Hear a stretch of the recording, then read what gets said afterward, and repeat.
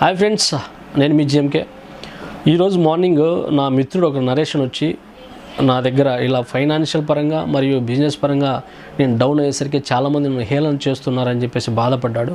So అతనికి నేను ఇలా వాళ్ళకి చెప్పమని, గెలిచే వరకు ప్రయత్నించే ఓపిక ఉందని చెప్పు, సాధించే వరకు వదిలిపెట్టే ప్రసక్తే లేదని చెప్పు, చేయి జారిపోయిన దాని గురించి అస్సలు బాధపడని చెప్పు, చేసే పనిని వాయిదా వేయనని చెప్పు, అవకాశం నేనే సృష్టించుకుంటా అని చెప్పు, నీలా వెనక్కి లాగే వాళ్ళ మాటలు అస్సలు పట్టించుకోనని చెప్పు, ఎప్పుడు పక్కోడి పనిలో వేలు పెట్టనని చెప్పు, ఎవడి పని వాడు చేసుకుంటే మంచిదని చెప్పు, ఫైనల్గా నిన్ను హేళన చేసిన వారికి ఇదంతా రాసి పెట్టుకో అని చెప్పు అని చెప్పా.